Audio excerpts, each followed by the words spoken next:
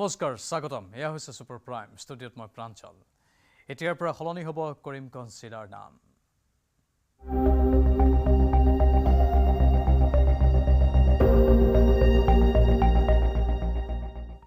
আৰু এতিয়াৰে পৰা কৰিমগঞ্জ জিলাৰ নাম হ'ব শ্ৰীভূমি জিলা ৰাজ্যিক কেবিনেটে গ্ৰহণ কৰিছে এই গুৰুত্বপূৰ্ণ সিদ্ধান্ত জিলাৰ নাম সলনিক লৈ ৰাজ্যিক কেবিনেটে লোৱা সিদ্ধান্তত কৰিমগঞ্জ চহৰত আবতৰীয়া দীপাৱলী পৰিলক্ষিত হৈছে চৰকাৰৰ সিদ্ধান্তক আদৰণি জনাই স্থানীয় লোক তথা দল সংগঠনে ৰাজপথত ফটকা ফুটাই আনন্দ উল্লাস প্ৰদৰ্শন কৰিলে কৰিমগঞ্জ শব্দৰ কোনো আবিধানিক অৰ্থ নাই বাবে চৰকাৰে নাম সলনি কৰাৰ সিদ্ধান্ত লোৱা বুলি মন্তব্য মুখ্যমন্ত্ৰীৰ ইপিনে দীৰ্ঘদিনীয়া দাবীক কেবিনেটে মান্যতা দিয়াক লৈ বিজেপি চৰকাৰক কৃতজ্ঞতা জনালে কৰিমগঞ্জবাসীয়ে কৰিমগঞ্জৰ নাম সলনি কৰি শ্ৰীভূমি ৰখাক লৈ প্ৰতিক্ৰিয়া ব্যক্ত কৰিলে ভিন্নজনে আনহাতে পৰ্যায়ক্ৰমে সলনি হ'ব ৰাজ্যৰ বহু গাঁও অঞ্চলৰ নামো যিসমূহ নামে ইতিহাসক প্ৰতিনিধিত্ব নকৰে সেই নাম সলনিৰ পদক্ষেপ ৰাজ্য চৰকাৰৰ আৰু আজি মুখ্যমন্ত্ৰীয়ে বিয়লি এই সিদ্ধান্তৰ কথা সদৰি কৰিলে এতিয়াৰে পৰা কৰিমগঞ্জ জিলা শ্ৰীভূমি হিচাপে জনাজাত হ'ব আৰু এই শ্ৰীভূমিৰ নামটো পোৱাৰ পাছতেই কৰিমগঞ্জবাসীয়ে আবতৰীয়া দীপাৱলী উদযাপন কৰাৰ দৃশ্য দেখিবলৈ পোৱা গৈছে ইয়া আনন্দ উল্লাস তেওঁলোকক দেখুৱাইছোঁ 1919 চনতেই কবিগুৰু ৰবীন্দ্ৰনাথ ঠাকুৰে এই স্থানত পদাৰ্পণ কৰি এই ঠাইডোখৰক শ্ৰীভূমি আখ্যা দিছিল আৰু সেই শ্ৰীভূমি নামটোৱেই থাকিব লাগে বুলি কৰিমগঞ্জৰ বহুলোকে দাবী উত্থাপন কৰি আছিল অৱশেষত ৰাজ্য চৰকাৰে সিদ্ধান্ত ল'লে যে বিশেষভাৱে যিবোৰ ঠাইৰ নাম ইতিহাসত লিপিবদ্ধ নাই বা যিবোৰ নামৰ প্ৰকৃত অৰ্থত কোনো ভিত্তি নাই সেই ঠাইবোৰৰ নাম সলাই দিয়া হ'ব আৰু তাৰ পাছতেই কৰিমগঞ্জ নামটো সলাই দিয়া হৈছে আৰু শ্ৰীভূমি ৰাখি দিয়া হৈছে এতিয়াৰে পৰা শ্ৰীভূমি হিচাপে জনাজাত হ'ব এই অঞ্চলটো আৰু বৰ্তমান শ্ৰীভূমিৰ এইসকল লোক এনেধৰণে তেওঁলোকে আনন্দ উৎসাহ প্ৰদৰ্শন কৰিছে ফটকা ফুটাইছে আতচবাজি ফুটাইছে মুখ্যমন্ত্ৰীয়ে জিন্দাবাদ ধ্বনি দিছে এয়া হৈছে শ্ৰীভূমিৰ আনন্দ উল্লাসৰ দৃশ্য শ্ৰীভূমিত আজি এনেধৰণেই সকলোৱে নিজৰ মনৰ আনন্দ প্ৰকাশ কৰিলে এই নামটো পোৱাৰ পাছতে ৰাজপথত সকলোৱে উৎসাহত মতলীয়া হৈ পৰা দেখিবলৈ পোৱা গ'ল আৰু বহু লোক ওলাই আহিলে নিশা ৰাজপথত এয়া আতচবাজিৰ সমাহাৰ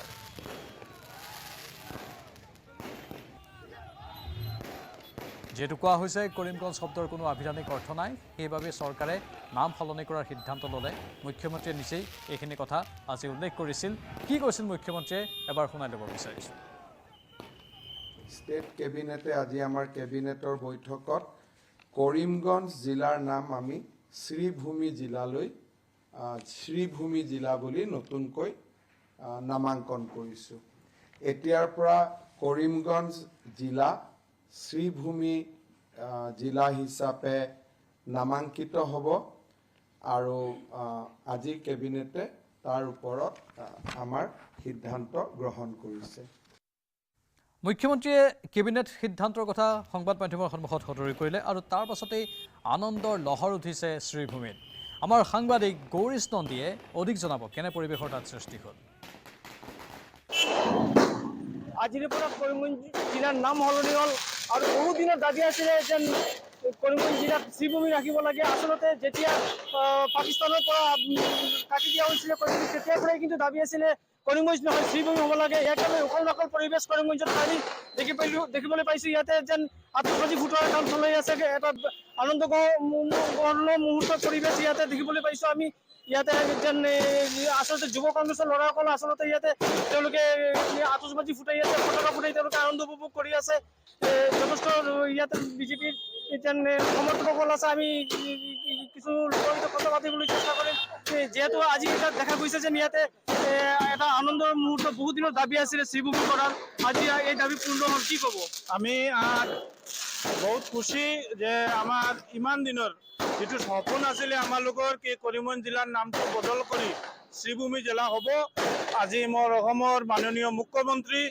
সৰ্বকালেৰ সর্বশ্রেষ্ঠ মুখ্যমন্ত্রী হিমন্ত বিশ্ব শর্মা মহোদয়ের হাত ধরে আমার করিমগঞ্জবাসীর যেটো সপন পুরা হয়েছে আমি মাননীয় মুখ্যমন্ত্রী মহোদয়ক আমি বিশেষভাবে ধন্যবাদ জানাই এই করিমগঞ্জ জেলাক শ্রীভূমি জেলা বুলি ডিক্লেয়ার করার কারণত আমাদের পুরা করিমগঞ্জত আজি পুরা আতচবাজি ফুটাই এইটো সেলিব্রেশন করিম আমি পুনরায় মাননীয় মুখ্যমন্ত্রী মহোদয়ক মই ধন্যবাদ জানাই বিভিন্নজনে আসলে চাৰিওফালে যদি দেখা যায় যেন এই ইয়াতে যেন আতচবাজি চলি আছে কৰিমগঞ্জৰ ৰাজপথত সকলো বহু দিনৰ পুৰণি দাবী আছিলে আৰু আজি দেখা গৈছে যেন এই দাবী পূৰ্ণ হোৱাৰ পাছত কেবিনেটত যেতিয়া সিদ্ধান্ত গ্ৰহণ হৈছে যেন ইয়াতে যেন কৰিমগঞ্জৰ নাম শ্ৰীভূমি কৰা হৈছে ইয়াৰ পাছতে যথেষ্ট উৎসাহিত দেখা গৈছে কি ক'বা এটা ডাঙৰ বহু দিনৰ পুৰণি কেনে লাগি আছে অনুভূতি কি কৰিমগঞ্জৰ মানুহৰ দীৰ্ঘদিনৰ এটা মানে ইমোশ্যন আছে কৰিমগঞ্জৰ সংঘৰ পৰিবাৰ আৰু সংঘৰ মানুহৰ ইমান দিনৰ পৰা এটা বিশ্বাস আছিলে যে কৰিমগঞ্জৰ নামখন আঁতৰি যাব লাগে আৰু কৰিমগঞ্জৰ নামটো শ্ৰীভূমি জিলা হ'ব লাগে আজি ইমান দিনৰ পিছত মোৰ অসমৰ মাননীয় মুখ্যমন্ত্ৰী ডাঙৰীয়াই ইমান সুন্দৰ এখন মানে ধুনীয়া ডিচিজন লৈছে ইয়াৰ কাৰণে মই শ্ৰীভূমি জিলাৰ পৰা মাননীয় মুখ্যমন্ত্ৰী ডক্টৰ হিমন্ত বিশ্ব শৰ্মা মহোদয়ক অসংখ্য ধন্যবাদ জ্ঞাপন কৰিছো আৰু লগতে মোৰ কৰিমগঞ্জৰ দুগৰাকী বিধায়ক মোৰ ৰাজ্যসভা সাংসদ আৰু মোৰ লোকসভা সাংসদ সকলোকক মই আজি ধন্যবাদ জ্ঞাপন কৰিছো শ্ৰীভূমি জিলাৰ পৰা দেখা গৈছে ব্যাপক প্ৰস্তুতি চলি আছে ইয়াতে আন কিছু যুৱকে দেখা গৈছে যেন ইয়াতে আৰু যে আতচবাজি ইয়াতে তেওঁলোকে সাজি আছে আৰু ইয়াতে যিমানখিনি জানিব পৰা গৈছে যেন আজি কিন্তু এনেদৰে যেন কৰিমগঞ্জত মহোৎসৱ চলি থাকিব বহু সময় ধৰি এনেদৰে কৰিমগঞ্জ চহৰত এনেদৰে এটা পৰিৱেশৰ সৃষ্টি হ'ব আমি এটা উমন্ত কি ক'ব এটা ডাঙৰ সিদ্ধান্ত কেবিনেটত চাওক আমাৰ অযোধ্যাত হৈছে কিছুমান দিন আগতে আমাৰ ৰাম মন্দিৰৰ প্ৰাণ প্ৰতিষ্ঠা হৈছে এতিয়া আমাৰ কৰিমগঞ্জ জিলা যেটোত মানে কৰিমগঞ্জ জিলাৰ আমাৰ মুখ্যমন্ত্ৰী অসমৰ সৰ্বকালৰ শ্ৰেষ্ঠ মুখ্যমন্ত্ৰী তেওঁ আজি কৰিমগঞ্জৰ নামটো ৰিনেম কৰি শ্ৰীভূমি জিলা ডিক্লেয়াৰ কৰিলে তাৰ জন্য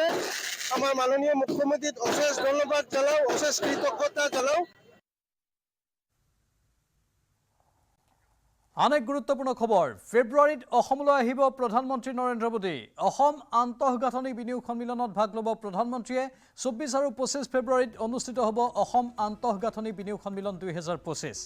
গুৱাহাটীত অনুষ্ঠিত হ'ব অসম আন্তঃগাঁথনি বিনিয়োগ সন্মিলন 24 ফেব্ৰুৱাৰীত অসম আন্তঃগাঁথনি বিনিয়োগ সন্মিলনত ভাগ ল'ব প্ৰধানমন্ত্ৰীগৰাকীয়ে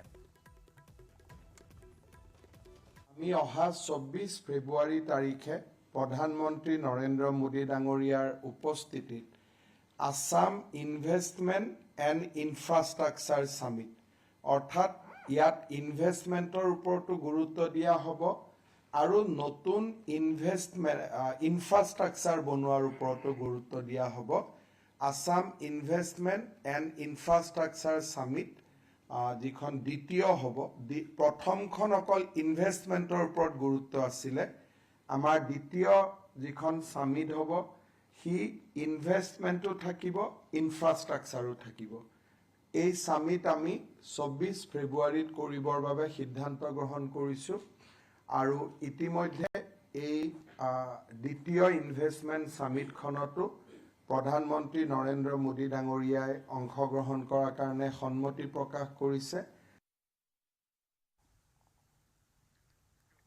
জানুৱাৰীৰ প্ৰথম সপ্তাহতে ৰাজ্যত হ'ব পঞ্চায়ত নিৰ্বাচন দুটা পৰ্যায়ত অনুষ্ঠিত হ'ব পঞ্চায়ত নিৰ্বাচন 10 ফেব্ৰুৱাৰীৰ ভিতৰত শেষ হ'ব পঞ্চায়ত নিৰ্বাচনৰ প্ৰক্ৰিয়া কেবিনেট বৈঠকৰ অন্তত এই ঘোষণা মুখ্যমন্ত্ৰীৰ দ্বিতীয়তে কেবিনেটত আজি আমাৰ পঞ্চায়ত নিৰ্বাচন লৈ খুব বিতংকৈ আলোচনা হয় আৰু পঞ্চায়ত নিৰ্বাচনৰ ভোটাৰ তালিকা 30 ডিসেম্বৰৰ আগতে প্ৰকাশ কৰাৰ বাবে কেবিনেটত সিদ্ধান্ত গ্ৰহণ কৰা হয় আৰু 30 ডিসেম্বৰত যদি ভোটাৰ তালিকা প্ৰকাশ পায় তেনেহলে আমি 10 ফেব্ৰুৱাৰীৰ আগতে নিৰ্বাচন সমাপ্ত কৰিব পাৰিম নিৰ্বাচনৰ শিডিউল 30 ডিসেম্বৰত ভোটাৰ তালিকা প্ৰকাশ কৰা হ'ব আৰু জানুৱাৰী মাহৰ প্ৰথম সপ্তাহতে নিৰ্বাচন ঘোষণা কৰা হ'ব নিৰ্বাচন দুটা পৰ্যায়ত অনুষ্ঠিত কৰা হ'ব আমাৰ লক্ষ্য থাকিব যাতে 10 ফেব্ৰুৱাৰীৰ আগতে গোটেই নিৰ্বাচনৰ প্ৰক্ৰিয়াটো শেষ হৈ যায় দক্ষিণ খালমৰা মানকাছৰ জিলা আদালতৰ ঐতিহাসিক ৰায় 2021 চনৰ 13 মেত সংঘটিত এক হত্যাকাণ্ডৰ 14 অভিযুক্তক দোষী সাব্যস্ত কৰি আদালতে এগৰাকী মহিলাসহ দোষী সাব্যস্ত কৰা হৈছে 14 জন লোকক মানকাছৰ থানাৰ অধীনস্থ পুৰাণ দিয়াৰা গাঁৱত সংঘটিত হৈছিল হত্যাকাণ্ডটো ভুক্তভোগী পৰিয়ালটোৱে মানকাছৰ থানাত 17 জন লোকৰ বিৰুদ্ধে দাখিল কৰিছিল এজাহাৰ ইতিমধ্যে মৃত্যু হৈছে এজাহাৰত উল্লেখ থকা প্ৰথমজন অভিযুক্তৰ উল্লেখযোগ্য যে 21 নৱেম্বৰত আদালতে প্ৰদান কৰিব চূড়ান্ত ৰায় হাত শিঙি মাৰিত হত্যাৰ অভিযোগত 14 গৰাকী অভিযুক্তক দোষী সাব্যস্ত কৰে আদালতে 21 নৱেম্বৰত চূড়ান্ত ৰায় প্ৰদান কৰিব আদালতে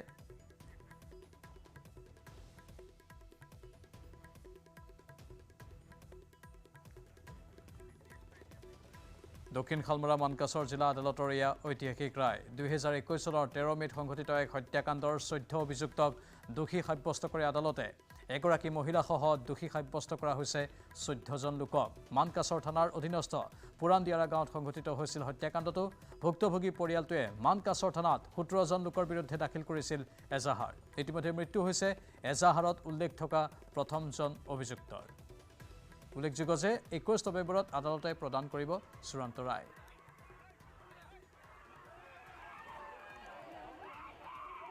Coming up, presented by Italian olive oil আৰু ভেষজৰ গুণেৰে সমৃদ্ধ জেক অলিভ অইল বডি অইল বিত্তীয় প্ৰতিষ্ঠানৰ অমানৱীয় কাণ্ড সৰ্বোচ্চ হেৰুৱালে এটা পৰিয়ালে সবিশেষ খন্তেক পিছতে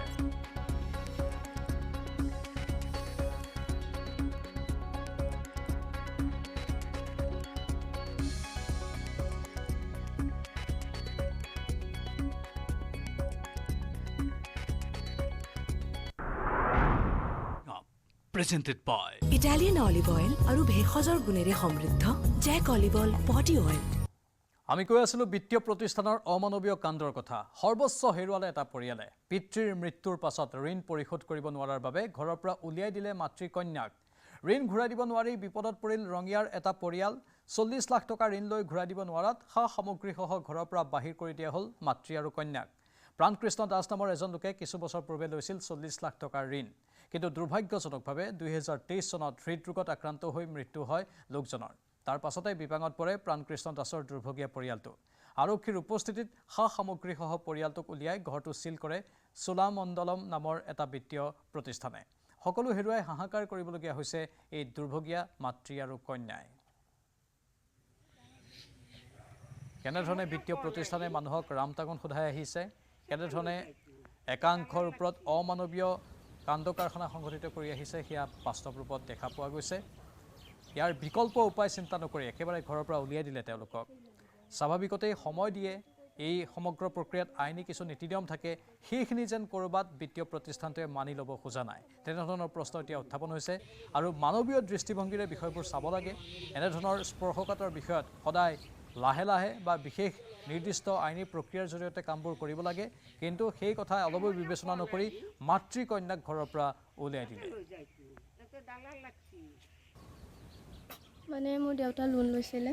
2023 ফেব্ৰুৱাৰীত লৈছিলে ফেব্ৰুৱাৰীত লৈ পানে মাৰ্চৰ কিস্তিটো দিছে 50,000 কিস্তি তাৰপিছত এপ্ৰিলত দেউতাৰ হঠাৎ হাৰ্ট এটেক আহি পিনে ঢুকাইছে ঢুকাৰ পিছত আমাৰ দেউতা ঢুকা একমাহে হোৱা নাই আমাৰ এইগিলা কাজ চলি আছিলে সিহঁতে আহি পিনে হাজিৰ হৈ গৈছে হাজিৰ আহি পিনে সিহঁতে অত্যাচাৰ কৰা আৰম্ভ কৰি দিছে ইঞ্চুৰেঞ্চ সিহঁতে কৈছে যে ইঞ্চুৰেঞ্চ কৰা নাই বোলে সিহঁতে 1 লাখ টকাও ৰাখিছে আনকি ইঞ্চুৰেঞ্চৰ পৰা কাটি লৈছে বোলে ইটোও আনকি আমাক ফোনত কৈছে মই যাই পিনে ৰিপৰ্ট লিখি থৈ আহিছিলোঁ থানাত যাই পিনে যে এনেকুৱা অত্যাচাৰ এনেকুৱা ধমকি দিবতো সিহঁতৰ আইন হিচাপত একো অধিকাৰ নাই তাৰপিছত সিহঁতে মানে এনেকৈ হঠাৎ আহিছে যে আহি পিনে মানে চিলটো মাৰি যেনে পাইছে সেনেকুৱা বস্তুকেইটা উঠাইছে বাহিৰত ওলাইছে আৰু আমাক ওলাই দিছে তেনে সিহঁতে 10:30 11টামান বজাত আহিছে মাজতে এদিন আহিছিল এজন ল'ৰা আহি পিনে কৈছে বাইদেউ চিল মাৰিব আহিছোঁ মই কৈছোঁ চিল মাৰিলে আমিনো ক'ত যাম আমিও বিক্ৰী কৰিম বুলিয়ে কৈছিলোঁ বিক্ৰী কৰি ধাৰটো মাৰিম বুলিয়ে কৈছিলোঁ ঘৰে মাতি চব ওলাই দিলে বস্তু আমিতো ক'লো আমাক মাৰি থৈ গুচি যাওক ঘৰত আপোনালোকে আমি ক'ত যাম এতিয়া ৰাস্তাত বহি আছোঁ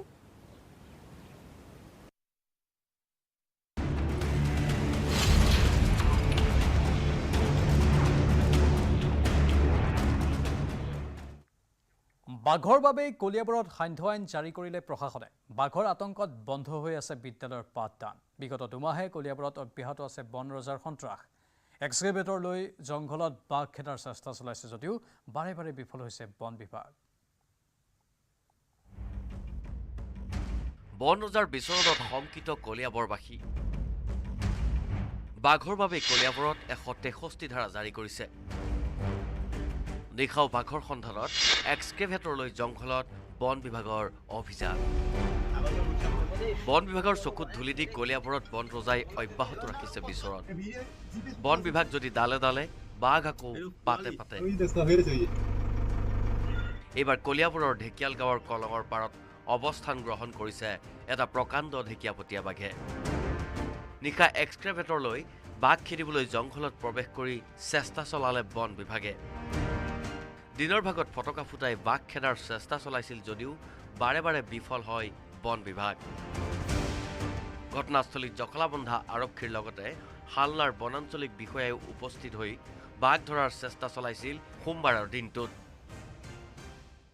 বাঘটো কলং পাৰ হৈ পেলাই ঢেকিয়াললৈ আহে, ঢেকিয়ালত ছাগলী এটা মাৰে। তাৰপৰা আমাৰ বন বিভাগ আৰু ঢেকিয়ালৰ ৰাইজে খেদোতে বাঘটো গৈ পেলাই দেৱসত্ৰত সোমায়গৈ। দেৱসত্ৰতো এটা ছাগলী আৰু এটা গৰু পোৱালি মাৰে। আমি সন্ধিয়া ভাগত মানে বাঘটো খেদিবলৈ চেষ্টা চলাওঁ, কিন্তু বাঘটো আকৌ ওলটাই ঘূৰি আহি পেলাই আমাৰ এই ঢেকিয়ালৰ জংঘলত আশ্ৰয় লৈছে বুলি আমি পৰৱৰ্তী সময়ত এতিয়া আমি মানুহখিনি যেতিয়ালৈকে ৰাস্তাত থাকে আমি মানুহখিনিক নিৰাপত্তা দি ৰাখিম। ইফালে বাঘৰ মুক্ত বিচৰণৰ পিছতে কলিয়াবৰৰ বিভিন্ন অঞ্চলত নিষেধাজ্ঞা জাৰি কৰিছে জিলা প্ৰশাসনে। জনসাধাৰণৰ সুৰক্ষা সুনিশ্চিত কৰাৰ বাবে উক্ত অঞ্চলসমূহত বিয়লি 4 বজাৰ পৰা পুৱা 9 বজালৈ চলাচলত নিষেধাজ্ঞা জাৰি কৰা হৈছে। ভাৰতীয় ন্যায় সংহিতাৰ 163 ধাৰা অনুসৰি নিষেধাজ্ঞা জাৰি কৰিছে প্ৰশাসনে। বৰভকতি, মেৰিভেটি, ঢেকিয়াল, কুটিউৰি, বাণীপুৰ, সৰুভুগীয়া আৰু সোণাৰীগাঁৱত এই নিষেধাজ্ঞা জাৰি কৰিছে। আৰক্ষী আৰু বন বিভাগে জনসাধাৰণক সুৰক্ষা দিয়াৰ চেষ্টা কৰাৰ লগতে বাঘৰ সন্ধানত অব্যাহত ৰাখিছে অভিযান। ইফালে বাঘৰ আতংকৰ বাবে বন্ধ ঢেকিয়ালগাঁও প্ৰাথমিক বিদ্যালয়ৰ পাঠদান। উল্লেখযোগ্য যে সোমবাৰে পুৱাই বৰভকতিৰ কলঙৰ পাৰত ৰাইজে প্ৰত্যক্ষ কৰিছিল এটা প্ৰকাণ্ড ঢেকীয়াপতীয়া বাঘ। দিনৰ ভাগত 3টাকৈ পশুধন নিধন কৰাৰ পাছত মঙলবাৰে পুৱাই কাটিয়ৰী গাঁৱত এটা ছাগলী নিধন কৰে ঢেকীয়াপতীয়া বাঘটোৱে। তাৰ পিছত পুনৰ শৃংখলাই ঢেকিয়াল গাঁৱৰ কলঙৰ পাৰত আশ্ৰয় লয় বাঘটোৱে। ঢেকীয়াপতীয়া বাঘটোক লৈ এতিয়া আতংকিত হৈ পৰিছে কলমপৰীয়া ৰাইজ। কিন্তু আমাৰ ঘৰৰে ছাগলী এজনী মানে ছাগলীজনী খালে, ঘৰৰ পিছফালৰ পৰা খালে। আৰু এঘৰৰ মানুহৰ ছাগলী এটাই খাইছে আৰু গৰু পোৱালি এটা খাইছে। ভয়তো বহুত লাগিছে। এতিয়া ওলাই আহিবলৈ মানে আমি সিফালৰ পৰা অহা দেখিলোঁ এইফালে। কলিয়াবৰৰ পৰা দিবাকৰ দাসৰ report, news 18 Assam north east. আনফালে নিশাৰ ভাগতো কলিয়াবৰত বাঘ খেদাৰ অভিযান বন বিভাগৰ। নিশা ফটকা ফুটাই এক্সকেভেটৰৰ সহায়ত বন ৰজা খেদাৰ চেষ্টা চলাইছে বন বিভাগৰ লোকে। বাঘটো যোৱাৰ পথ মোকলাবলৈ সাময়িকভাৱে যাতায়াত বন্ধ কৰি দিয়া হৈছে শিলঘাট জখলাবন্ধা PWD পথত। বন্ধ কৰি দিয়া হৈছে মিৰিভেটি, তিনিআলিৰ সকলো ব্যৱসায়িক প্ৰতিষ্ঠানৰ লাইট। সম্প্ৰতি মিৰিভেটি আৰু দেৱসত্ৰৰ মাজৰ কলঙৰ পাৰৰ হাবিত অৱস্থান কৰিছে বাঘটোৱে। কলিয়াবৰ মিৰিভেটিত অৱস্থান কৰা বাঘটোক খেদিবৰ বাবে বেহু ৰচনা কৰিছে বন বিভাগে। কলিয়াবৰত সন্ত্ৰাস চলাই থকা এটা ঢেকীয়াপতীয়া বাঘক বনাঞ্চললৈ খেদি পঠোৱাৰ চেষ্টা অব্যাহত বন বিভাগৰ। বিগত দুদিনত কেইবাটাও পশুধন নিধন কৰি সন্ত্ৰাস সৃষ্টি কৰিছে বাঘটোৱে। এয়া দৃশ্য দেখুৱাইছোঁ আপোনালোকক, কেইবাটাও দৃশ্য, 4টা আপোনালোকে বিশেষ দৃশ্য প্ৰত্যক্ষ কৰিছে। পূৰ্বতে বাঘটো কেনেধৰণে আছিল, অভিযান কেনেধৰণে চলিছে, নিশাৰ অন্ধকাৰত কেনেধৰণে বন বিভাগে আৰক্ষীৰ সহায়ত অভিযান চলাইছে, সেই দৃশ্যবোৰ আপোনালোকে দেখিবলৈ পাইছে। আৰু স্থানীয় জনসাধাৰণো ওলাই আহিছে। স্বাভাৱিকতে তেওঁলোক আতংকিত। সাধাৰণতে ঢেকীয়াপতীয়া বাঘ বুলিলে সকলোৰে মাজত আতংকৰ সৃষ্টি হয় যেতিয়া জনাঞ্চলত প্ৰৱেশ কৰে বনাঞ্চলৰ পৰা আহি। ঠিক একেই অনুৰূপ তেওঁলোকৰ ক্ষেত্ৰতো হৈছে এই বাসিন্দাসকলৰ। আৰু তেওঁলোকে বন বিভাগক বাৰে বাৰে কৈছে নিশাৰ ভাগত প্ৰতিদিনে তাত পহৰা দিব লাগে। আমাৰ সাংবাদিক দিবাকৰ দাসে অধিক জনাব। দ্বিতীয় দিনাও কিন্তু কলিয়াবৰত অব্যাহত আছে ঢেকীয়াপতীয়া বাঘৰ সন্ত্ৰাস। আৰু কালি পুৱাৰ ভাগতে কলঙৰ পৰা দেখা দিয়া বাঘে কিন্তু আজিও এই মুহূৰ্তলৈকে কিন্তু এই অঞ্চল ত্যাগ কৰা নাই। আৰু বন বিভাগে কালিৰে পৰা অভিযান চলাই আছে। বিভিন্ন পন্থাৰে ফটকা ফুটাই JCB চলাই হাবিৰ মাজত বাঘ খেদিবলৈ চেষ্টা কৰিছে। কিন্তু এই যি অঞ্চল পটৈয়ৰী, ঢেকিয়াল, বৰভকত এই অঞ্চলটো এৰি কিন্তু বাঘ এতিয়াও যোৱা নাই আৰু দেখুৱাইছোঁ এই মুহূৰ্তত এনেদৰে পথ বন্ধ কৰি বন বিভাগে এটা নিৰ্দিষ্ট স্থানেৰে বাঘটো বনাঞ্চলৰ দিশে নিবলৈ চেষ্টা কৰিছে আৰু আমি দেখুৱাই আছোঁ এই মুহূৰ্তত জখলাবন্ধা শিলঘাট সংযোগী পথত এনেদৰে পথ বন্ধ কৰি যাতে বাঘটোৱে কলং পাৰ হৈ হাতীমূৰা যি টাপাহলা দিশে যায় তাৰ বাবে তেওঁলোকে চেষ্টা অব্যাহত ৰাখিছে আৰু JCB চলাই হাবিৰ মাজত এতিয়া যিহেতু JCB চলাই আছে নিশাৰ ভাগতো তেওঁলোকে অভিযান চলাই আছে কালিও নিশা চলাইছিল কিন্তু বাঘটো এপাৰ ওলাই নগ'ল আজিও পুনৰ অভিযান চলাইছে বাঘটো খেদিবলৈ কিন্তু এই মুহূৰ্তলৈকে বাঘটো এই অঞ্চলৰ পৰা ওলাই যোৱা ইতিমধ্যে কালি 3টাকৈ পশুধন নিধন কৰিছে আজিও কৰিছে পশুধন নিধন আৰু ইয়াত যিহেতু শিলঘাট বনখণ্ডৰ বন বিষয় আছে আমি তেওঁৰ পৰা জানি আচলতে কেনেধৰণৰ কি ব্যৱস্থাই বাঘটো এপাৰ নিয়া হ'ব কি ব্যৱস্থা লৈ আছে আৰু কেনেকৈ নিয়া হ'ব বাঘটো এতিয়াতো আন্ধাৰ হৈ গ'ল আমি দিনৰ ভাগত যিটো প্ৰচেষ্টা চলাইছিলোঁ বাঘটো খেদি নিবৰ কাৰণে আমাৰ প্লেন মতে বাঘটো খেদি অহা হৈছিল JCB দিয়ে আৰু ভিতৰত আমাৰ সহকৰ্মী আৰু ৰাইজৰ সহযোগত সেই অনুপাতে টপাহলাকে চাৰিআলিটোৰ ওচৰেই পাই গৈছিল কলংখন পাৰ হ'বলৈ অকণমান আছিল তেনেকুৱাতে সি থহৰ মাৰি ৰৈ গ'ল আৰু বৰ্তমান আন্ধাৰ হৈ গ'ল আন্ধাৰৰ সুবিধা লৈ সি এতিয়া এতিয়া আমাৰ গোটেই দিনত যিখিনি মানুহ আছিল আমাৰ ষ্টাফৰ লগত ৰাইজ সকলোৱে মিলি পেলাই এতিয়া JCB দি আকৌ চলাথ কৰি আছে কিজানি সি য'ত লুকাই আছে তাৰ পৰা তাক কলংখন পাৰ কৰি দিব পাৰি নেকি Presented by Italian olive oil আৰু ভেষজৰ গুণেৰে সমৃদ্ধ জেক অলিভ অইল বডি অইল খন্তেক পিছতে দেশ বিদেশ তথা ৰাজ্যৰ এশটা খবৰ লৈ দ্ৰুত সংবাদ